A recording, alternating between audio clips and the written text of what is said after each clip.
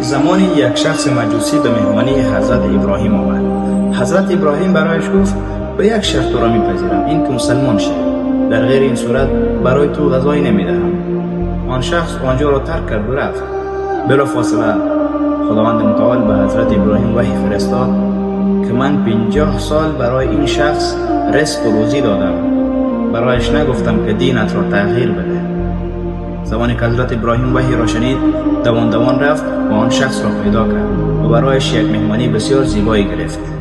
آن شخص برایش گفت چی شده است؟ در اول ما را قبول نکرده ای، حالا چرا این قسم رفتار میکنی؟ حضرت ابراهیم علیه السلام ماجرا را برایش قصه کرد.